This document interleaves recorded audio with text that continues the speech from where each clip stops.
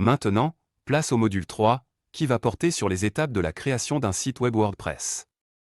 Nous allons voir comment obtenir un nom de domaine, comment souscrire à un hébergement et comment installer WordPress.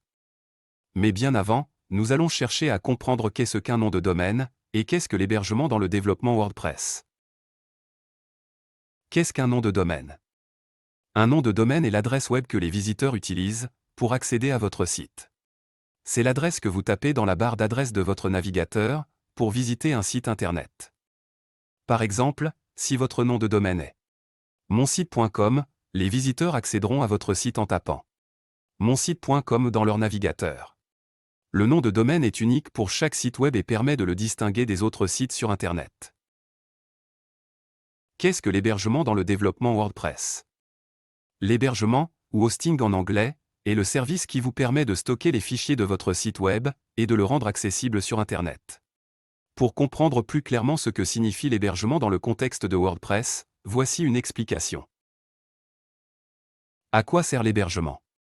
Lorsque vous créez un site web WordPress, vous avez besoin d'un endroit pour stocker tous les fichiers, y compris les pages, les images, les vidéos, les thèmes et les plugins. L'hébergement est l'espace de stockage en ligne où ces fichiers sont conservés. Serveur. L'hébergement utilise des serveurs, qui sont de puissants ordinateurs spécialement conçus pour stocker et diffuser des sites web. Ces serveurs sont configurés pour gérer les demandes des visiteurs et afficher votre site lorsque quelqu'un entre votre nom de domaine dans son navigateur. Voilà, bienvenue à cette étape cruciale où nous abordons la question du domaine et de l'hébergement. Cette partie est essentielle car parler d'un site web implique nécessairement d'avoir un nom de domaine et un hébergeur. Le choix d'un hébergeur de qualité a un impact direct sur la qualité de votre site.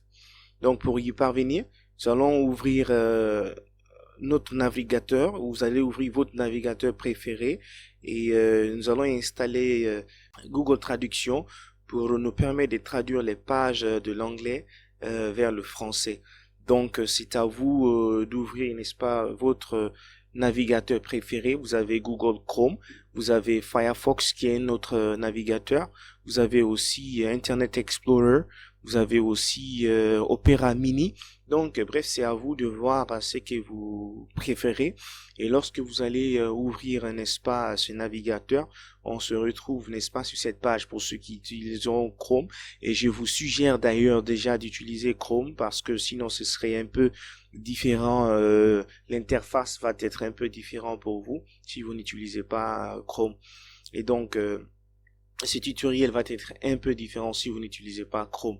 Donc, lorsque nous utilisons Google Chrome, n'est-ce pas, et qu'on affiche, n'est-ce pas, le navigateur comme celui-ci, nous venons, n'est-ce pas, au niveau de l'extrémité droite ici, vous allez voir là où il y a 3 points qui sont alignés, les 3 points qui sont alignés plutôt de façon verticale, vous cliquez dessus. Et lorsque vous cliquez dessus, vous venez au niveau de extension. Lorsque vous venez au niveau de extension, ici vous pointez dessus et vous venez au niveau de accéder au Chrome Web Store. Lorsqu'on clique dessus, en attendant, voilà, ça va venir. Lorsque ça s'affiche comme ça, n'est-ce pas, on vient dans la barre de recherche ici et on tape Google Traduction. Et après, on fait la recherche. Lorsque on écrit Google Traduction et on fait la recherche, là, vous allez voir que Google Traduction s'affiche et on clique dessus. Voilà, lorsqu'on clique dessus, on vient cliquer sur Ajouter à Google Chrome. Lorsqu'on clique sur ça, on vient ajouter l'extension. On patiente. Et d'accord. Donc, nous avons installé déjà Google Traduction. Donc, on ouvre un nouvel onglet et on ferme celui-ci. Voilà, une fois que nous faisons cela, il faut donc venir ici, toujours au niveau de l'extrémité droite, n'est-ce pas? Cliquez sur ce bouton extension. Lorsqu'on clique sur extension, vous allez voir Google Traduction est là. Lorsque on voit Google Traduction ici, on appuie sur ce bouton d'à côté pour épingler. Et donc, on va épingler comme ça. On ferme. Ici, on a Google Traduction qui s'affiche ici. ça nous facilite comme ça, on peut se retrouver facilement si on veut utiliser Google Traduction. Donc, une fois que cela est fait, qu'est-ce qu'on fait? On vient dans la barre de recherche, ok? On vient dans la barre de recherche et on écrit dev.biondo.com et on fait entrer dev.biondo.com. Voilà, vous allez être présenté ce joli site, n'est-ce pas, qui booster votre site web avec un hébergeur de qualité, qualité premium. Cliquez pour visiter. Donc, on vient cliquer ici pour visiter. On clique dessus et on patiente. Voilà l'importance de ce pourquoi on avait besoin d'installer Google Traduction. Donc, ce site ici de notre hébergeur qui est Green Geeks, très très important. C'est un hébergeur qui est d'une très bonne qualité. Maintenant, Google Traduction nous propose, n'est-ce pas, de traduire automatiquement ce site de l'anglais vers le français. Donc, ce que nous avons à faire, c'est de cliquer ici sur, vous allez voir ce petit pop-up qui se présente ici, là, cette petite fenêtre-là, c'est un Google Translate, donc la traduction Google. Donc, on vient cliquer sur français. Lorsqu'on clique sur français, ça va traduire automatiquement le site. Donc, on fait comme ça. Vous allez voir tout de suite que le site, il est traduit. Contactez-nous, hébergement web rapide, sécurisé, respectueux de l'environnement. Commencez maintenant. Vous avez vu hébergement, notre plateforme. Voilà, tout est en français. Vous voyez maintenant qu'une seule plateforme, plusieurs options d'hébergement, votre forfait, hébergement. Donc, c'est pourquoi il est important d'installer, n'est-ce pas, Google Traduction pour permettre, n'est-ce pas, de traduire le site de l'anglais vers le français. Voilà. Maintenant, lorsque nous sommes là, nous venons sur commencer maintenant. Et ça va traduire. Vous allez voir que automatiquement cette page aussi est traduite. Cette page est aussi traduite automatiquement. On est d'accord? Donc lorsque vous cliquez sur ça, vous venez sur voir les forfaits. Et lorsque vous venez sur voir les forfaits, ils ont ici, notre hébergeur a trois types de forfaits. Il y a le forfait léger, le forfait pro et le forfait prime. Donc le forfait léger, c'est à 2,95 $ par mois l'hébergement. Et donc il est important parce que ça donne les fonctionnalités suivantes. Vous avez droit à un site web, une performance standard, 50 gigas d'espace web, transfert illimité, 50 comptes messagerie, vous avez un certificat SSL gratuit, ainsi de suite, et beaucoup d'autres trucs. Après, vous allez voir que ceux qui ont besoin, n'est-ce pas, d'une utilisation pro, du forfait pro, c'est le prix est à 4,95 $ par mois, ce qui est un peu grand pour le moment, ce qui est beaucoup pour le moment. Donc, ce prix est un peu trop. Et pour nous, celui-ci aussi, il est un peu trop. Donc, comme vous pouvez le voir, là, c'est 8,95 $ par mois. Donc, vous pouvez tout simplement commencer avec le forfait léger, n'est-ce pas? Mais lui, il faut savoir que le forfait léger vous donne droit seulement à un seul site web. On est d'accord? Donc, vous avez droit qu'à un seul site web sur ce forfait. C'est si vous avez plusieurs sites web, là, vous avez besoin des sites web illimités. Là, vous passez maintenant, n'est-ce pas, au forfait pro. Donc, bref. Celui-ci va largement suffire pour nous déjà, le forfait léger pour commencer. Donc, on clique sur commencer. Lorsqu'on clique sur commencer, on va demander de configurer le nom de domaine. Parce que déjà, le bien de ça, si vous voulez, revenons un peu en arrière, vous allez voir, vous avez un site web, on est d'accord, et vous avez une performance standard, n'est-ce pas, vous avez 50 gigas d'espace, vous avez un transfert illimité, vous avez 50 comptes de messagerie, on a le certificat SSL gratuit, il vous donne la sécurité. Le certificat SSL est très important parce que là, ça permet de sécuriser votre site contre, n'est-ce pas, les gens qui peuvent, des hackers ou des gens qui peuvent venir sur votre site pour voler les données, n'est-ce pas, de vos utilisateurs. Donc, il est très important d'avoir un site web sécurisé. On verra devant comment ça fonctionne ça. Et vous avez un nom de domaine gratuit pour la première année. Donc voilà, et ce qui est très important parce que si vous utilisez d'autres hébergeurs, vous aurez à payer, n'est-ce pas, le nom de domaine. Mais avec cet hébergeur-là, vous avez un nom de domaine qui est gratuit. Donc c'est pourquoi nous l'utilisons. On est d'accord? Parce que nous, on a besoin, n'est-ce pas, d'un site plutôt, on a besoin d'un hébergeur qui nous donne un nom de domaine gratuit pour la première année. Ici, vous allez voir que vous avez un arbre Un arbre planté, ça veut dire quoi? Chaque fois que vous achetez un nom de domaine, chaque fois vous achetez un forfait léger avec cet hébergeur plante un arbre, donc ce qui veut dire que vous contribuez, n'est-ce pas, à la protection de l'environnement, d'accord? Donc c'est un hébergeur qui est très important. Et vous allez voir ici aussi, vous avez la garantie des remboursements de 30 jours.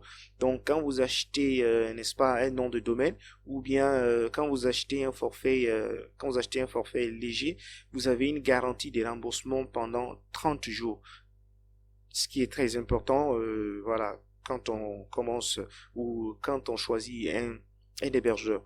Donc on vient tout simplement cliquer sur commencer ici.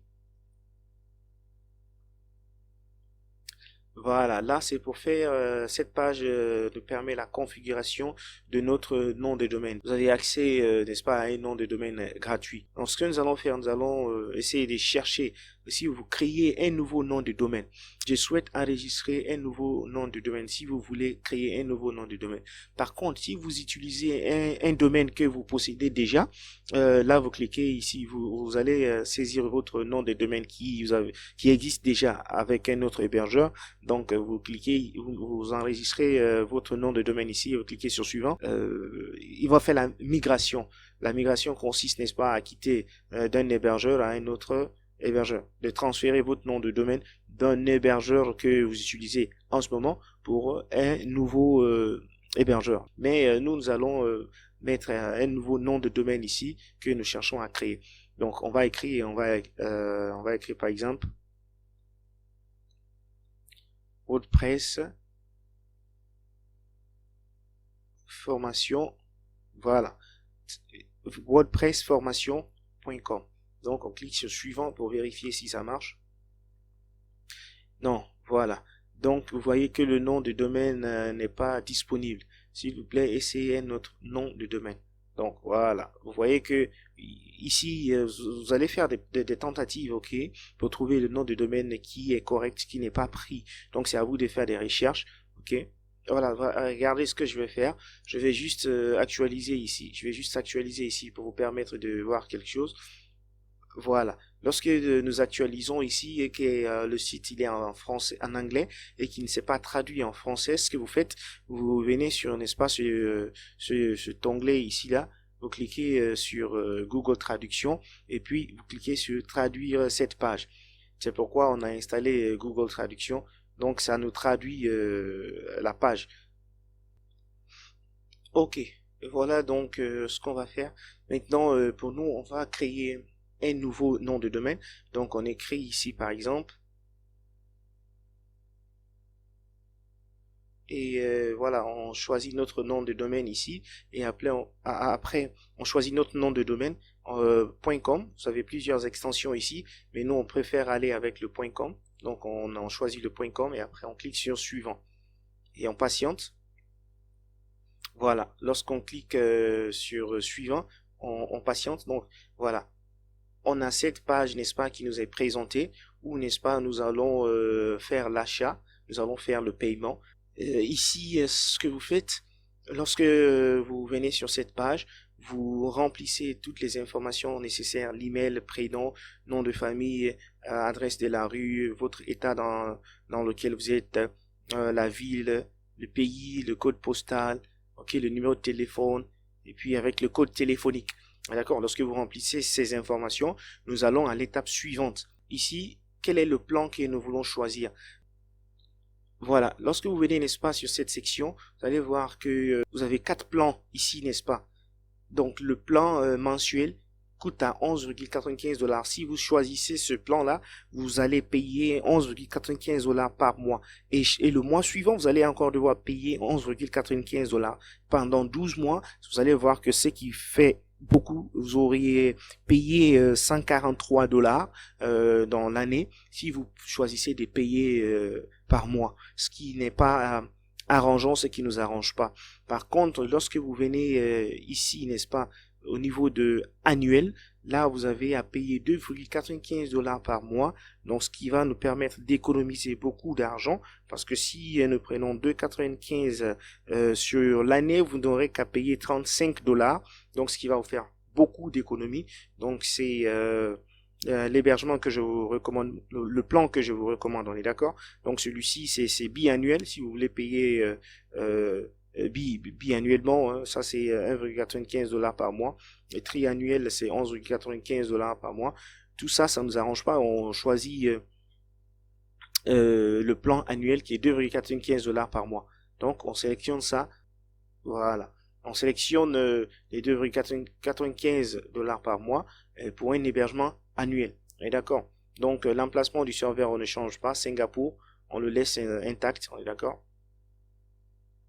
Il choisit automatiquement le serveur le plus proche de vous. On est d'accord. Par contre, vous pouvez changer de lieu, n'est-ce pas? Si vous voulez changer Singapour, vous pouvez changer de lieu comme vous voulez. Donc, les modules complémentaires, vous avez le verrouillage de domaine qui est inclus gratuitement.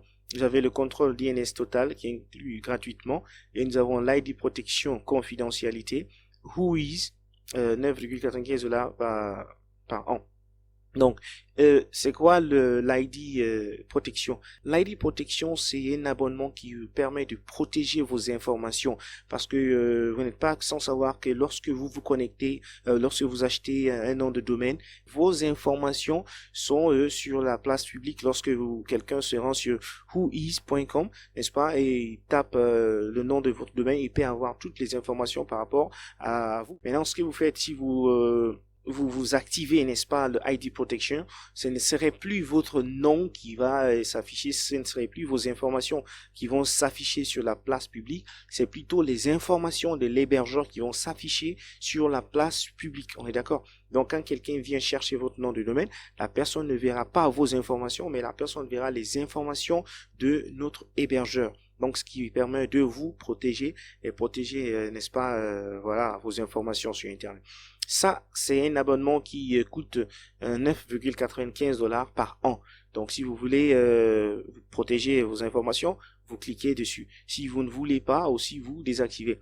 Bon, mais comme c'est pour des raisons de formation, moi, je ne vais pas activer ça et j'espère que personne d'entre vous ne va venir chercher ces informations pour venir voilà, m'acculer avec des messages.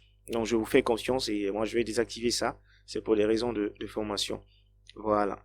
Donc, ici, nous allons maintenant, ici, nous allons saisir les informations, n'est-ce pas, de numéro de la carte de crédit.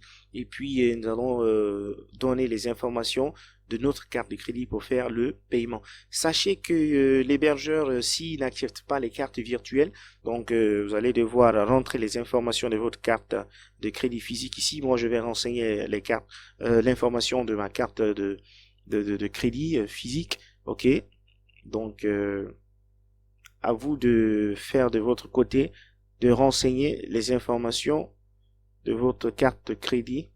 Voilà. Et puis le mois, vous choisissez le mois d'expiration, ce qui est le mois d'expiration de votre carte. Et puis vous choisissez l'année d'expiration de votre carte. Et vous saisissez le code CVV qui est derrière la carte. Quand vous retournez votre carte de crédit, derrière, vous allez voir qu'il y a un code de 3 chiffres, n'est-ce pas, derrière. Donc, vous allez saisir ce chiffre ici. Donc, lorsque vous finissez de saisir ce chiffre, vous allez cliquer sur « Créer un compte ». Et voilà, donc nous sommes sur cette merveilleuse page où vraiment l'hébergeur est en train de valider, n'est-ce pas, l'achat. Donc, comme vous pouvez voir, l'achat est en train d'être validé automatiquement. Et puis, un email va être envoyé sur l'adresse que vous avez communiquée, n'est-ce pas? L'hébergeur va vous envoyer les informations dont vous avez besoin pour accéder, n'est-ce pas, à votre espace. Donc, vous allez, des fois, quand vous arrivez à ce niveau-là, qu'est-ce que ça veut dire là? On peut le traduire déjà, on peut le traduire en français. Ok, traduit en français. On dit, tu es génial, on dit félicitations. Votre commande d'hébergement a été passée avec succès. Donc ça, c'est juste pour vous dire que voilà, le paiement a été effectué. Donc pour des raisons de vérification, l'hébergeur va faire des vérifications à son niveau pour se rassurer qu'effectivement que c'est un paiement correct. Donc les prochaines étapes, vous recevrez un email une fois que le service aura fini sa configuration. Donc on va aller vérifier notre email pour le message. On est d'accord? Nous venons consulter notre boîte email, n'est-ce pas, que nous avons enregistré lorsque nous étions en train de faire l'achat pour le nom des domaines et l'hébergement. Donc, vous allez voir ici les messages de l'hébergeur qui s'affichent et vous allez voir le tout premier message qui est ici. Le tout premier message, vous cliquez dessus et vous allez voir que voilà, c'est un message qui est en anglais. Et donc, ce que vous pouvez faire, vous faites un clic droit dans l'espace vide là, un espace vide là, vous cliquez sur traduire en français. Donc, ça va proposer de faire la traduction en français, ok? Donc, vous allez voir déjà le texte, il est traduit en français. Bienvenue à bord, vous êtes en route vers la génialité.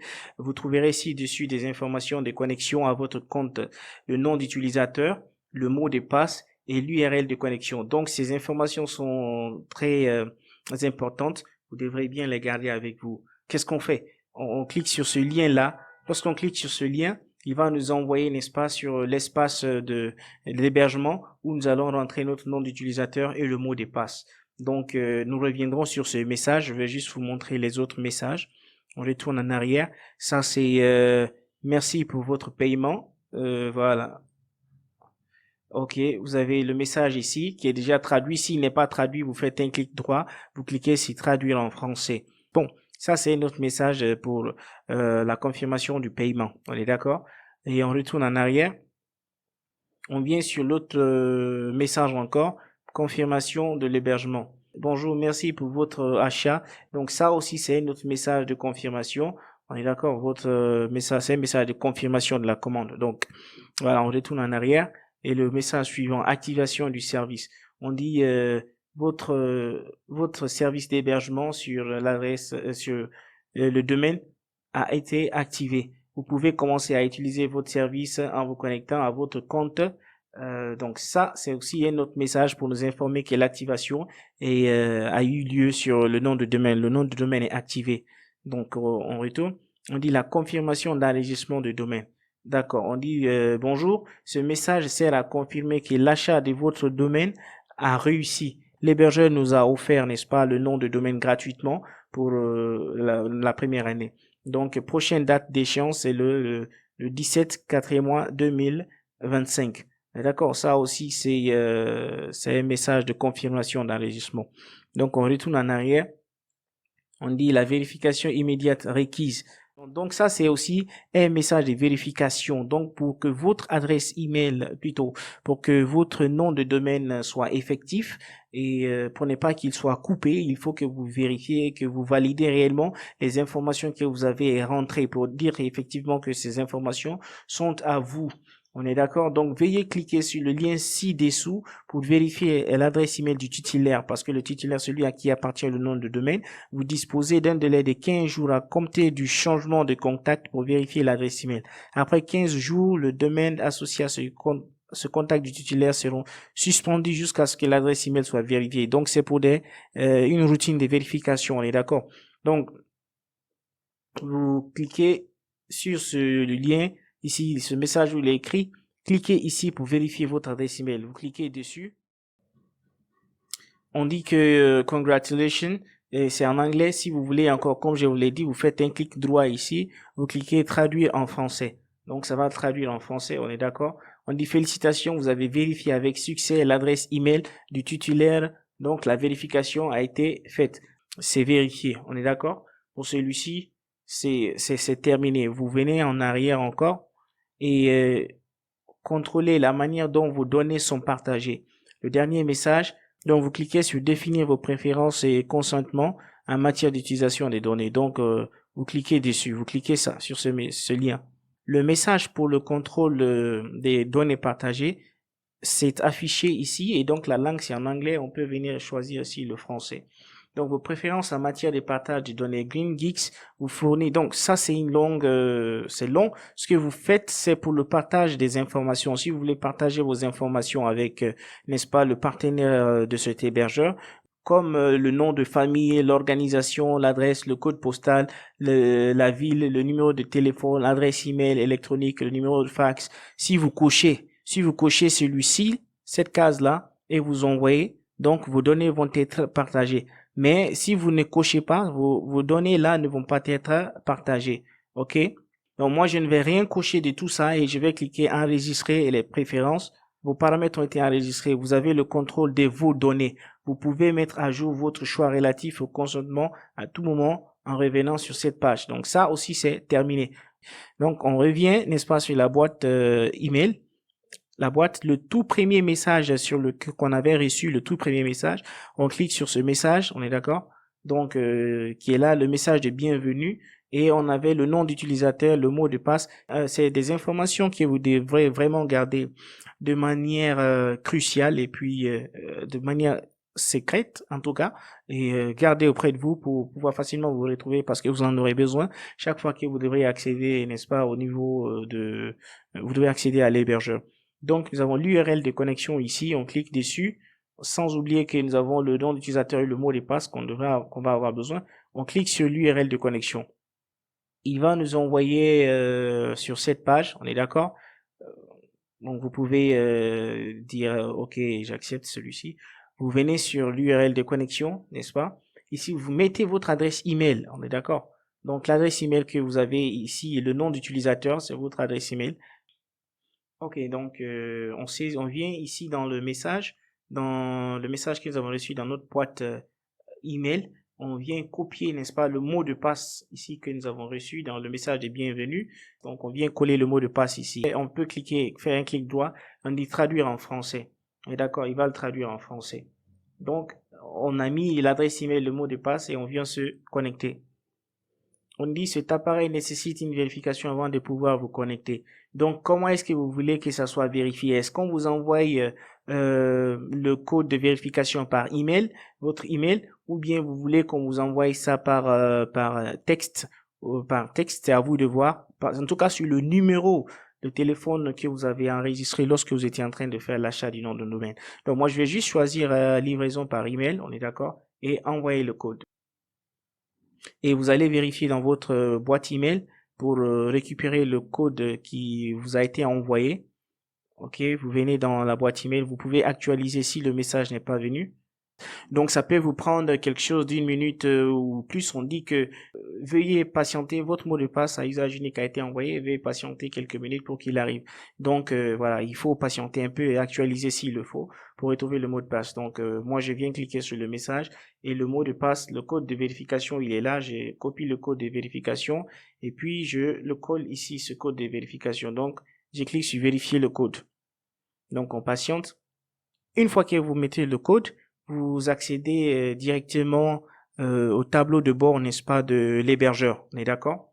Vous êtes sur le niveau du tableau de bord de l'hébergeur. Donc, s'il est en anglais, vous pouvez faire un clic droit et cliquer sur traduire. Mais moi, il est déjà en français. Donc, voilà, je le maintiens comme ça. On est d'accord? Voilà. Donc, vous pouvez déjà parcourir le site, le tableau de bord. Vous pouvez parcourir le tableau de bord de l'hébergeur. Ici, si vous venez sur tableau de bord, vous allez voir que vous avez des contenus ici. Hébergement, vous avez du contenu ici. Donc, c'est à vous de parcourir. Voilà, les domaines aussi que vous avez. On a le nom de domaine qu'on a acheté. Donc, quand vous venez tout de suite vous venez au niveau de la section sécurité.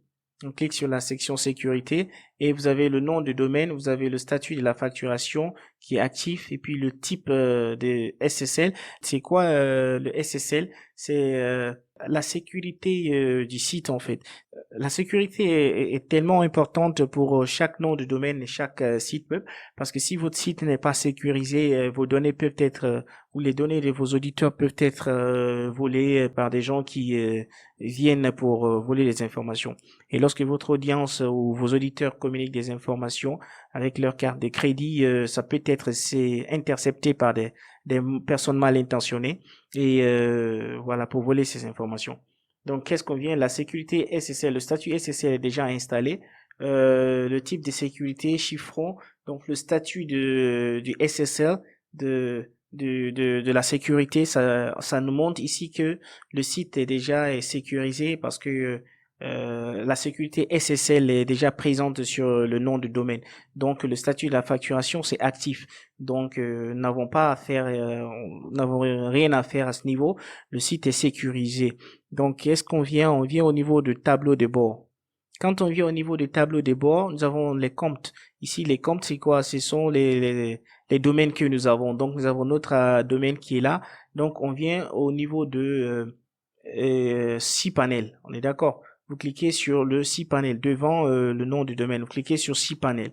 Donc, lorsqu'on se présente sur le cPanel, on est d'accord? On se présente sur le cPanel de l'hébergeur. Qu'est-ce qu'on fait? On peut faire un clic droit, OK, pour traduire encore en français. Voilà, ça va traduire. Voilà, quand ça traduit comme ça, vous avez le cPanel, toutes les informations dont vous avez besoin pour pouvoir faire la gestion dans le cPanel pour ceux qui savent. Mais on va faire très court, ok? On va faire très court. Vous allez venir cliquer ici sur Gestionnaire WordPress par Softaculous. C'est un programme qui va nous permettre d'avoir accès à WordPress sans avoir à faire beaucoup d'efforts. Donc, on clique sur Gestionnaire WordPress par Softaculous. Quand on clique sur le gestionnaire de WordPress par Softaculous, on va avoir cette page. Donc, si c'est en anglais, vous pouvez toujours cliquer sur le clic droit, OK, faire traduire en français. D'accord, on clique. Donc, qu'est-ce qu'on fait? On veut installer WordPress, n'est-ce pas, sur notre nom de domaine. Donc, on clique sur installer. Lorsqu'on clique sur installer, il est important de suivre ces étapes. Donc, ce que nous avons à faire, c'est quoi? Vous allez venir changer ici. OK, on peut faire un clic droit encore pour traduire en français. On est d'accord, traduire en français. Qu'est-ce qu'on fait? Sur installer ici, on vient choisir l'URL de destination. Donc, on vient cliquer ici, on choisit HTTPS. Il faut toujours choisir le HTTPS. On est d'accord, deux points barres. Celui-ci va être ce dont on a besoin. On est d'accord, HTTPS, deux points, deux tirets. Le HTTPS nous montre qu'un site est sécurisé. C'est la marque de la sécurité d'un site. Donc, si vous choisissez celui-ci, le site ne sera pas sécurisé. Donc, on choisit celui qui se termine avec HTTPS. Et le nom de domaine que nous avons qu'un seul nom de domaine. Donc, c'est le seul qui se présente ici. On sélectionne. Et puis, la version, c'est la toute dernière version de WordPress. Pas de problème. On maintient celui-ci. Donc, et les paramètres. Quel est le nom du site? Vous pouvez dire formation WordPress. En tout cas, le nom de votre site, c'est à vous de rentrer le nom de votre site et la description. Quelle va être la description ou votre slogan? Moi, je dirais le meilleur espace pour apprendre WordPress. Donc après, c'est vous qui voyez, hein. Moi, je dis juste le meilleur espace pour apprendre WordPress. Ça va être la description du site. Et le nom du site, c'est formation WordPress. On est d'accord que le nom, c'est déjà WordPress formation. Donc, c'est à vous de voir ces informations. Et puis, voilà, choisissez ce qui est en accord avec votre projet à vous.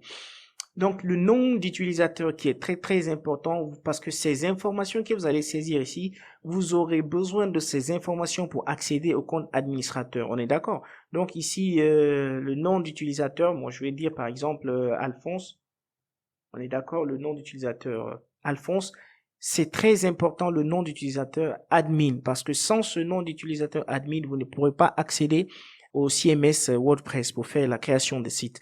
Donc, choisissez très bien et gardez ces informations précieusement quelque part. Donc, ici, le mot de passe, ici, il faut un mot de passe de sécurisé qui doit être 65 ou entre 65 à 100% de force. Donc, ici, vous allez voir que l'hébergeur, déjà lui-même, nous propose un mot de passe ici solide, on est d'accord? Vous allez voir que tout est en vert ici, ce qui veut dire que le mot de passe, il est bien, c'est un bon mot de passe. Par exemple, si j'enlève celui-ci là, vous allez voir tout à l'heure que le mot de passe n'est pas tellement puissant. Mais quand on maintient l'autre mot de passe, vous allez voir qu'il est très puissant. Là, il est complètement ouvert jusqu'au fond. Donc ça, vous avez besoin d'un mot de passe puissant. Vous pouvez maintenir juste le mot de passe que l'hébergeur vous propose si vous voulez. Si vous ne voulez pas, vous pouvez choisir votre propre mot de passe. Mais à garder soigneusement quelque part parce que vous aurez besoin de ça pour accéder.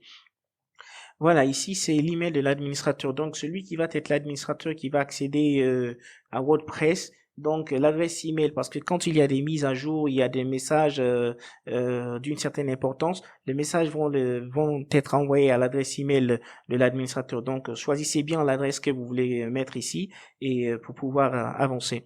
Donc, choisir la langue ici. Il est important de choisir le français.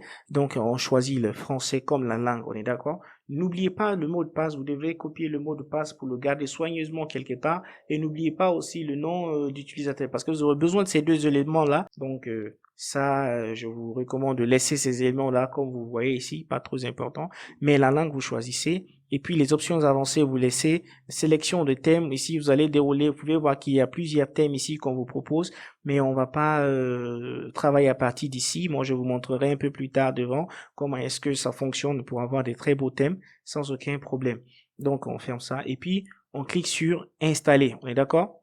On clique sur installer. Quand toutes les informations sont finies ici, on a choisi le HTTPS et le nom de domaine. Si vous avez beaucoup de noms de domaine, les noms de domaine vont s'afficher, la liste va s'afficher. Vous choisissez le nom de domaine sur lequel vous voulez faire l'installation. Et donc, voilà le nom de domaine qui est là avec le HTTPS. On est d'accord? Le nom du site, vous l'écrivez. La description du site, vous mentionnez ça aussi, la description du site. Le nom d'utilisateur de l'administrateur. Et puis, le mot de passe et qui doit être puissant, et puis l'email de l'administrateur. Ces informations sont très cruciales. Gardez-les très bien quelque part avec vous, vous en aurez besoin. Et choisir la langue, vous choisissez le français. On est d'accord? Quand c'est bon, vous venez cliquer sur installer. Donc la vérification des données soumises, donc vous patientez, l'installation va se produire et l'installation WordPress a été installée. On dit félicitations, le logiciel a été installé avec succès. Donc ce que vous faites maintenant, vous avez WordPress a été installé avec succès sur votre nom de domaine. Et maintenant l'URL de l'administrateur, voilà l'URL de l'administrateur. Donc vous cliquez pour pouvoir faire des travaux sur le WordPress. Donc, vous cliquez sur le lien suivant, l'URL administrative. Cliquez dessus. Donc, lorsque vous cliquez dessus, vous patientez. Ça va vous emmener directement sur le tableau de bord de WordPress. On est d'accord? C'est comme ça que vous pouvez accéder au tableau de bord de WordPress.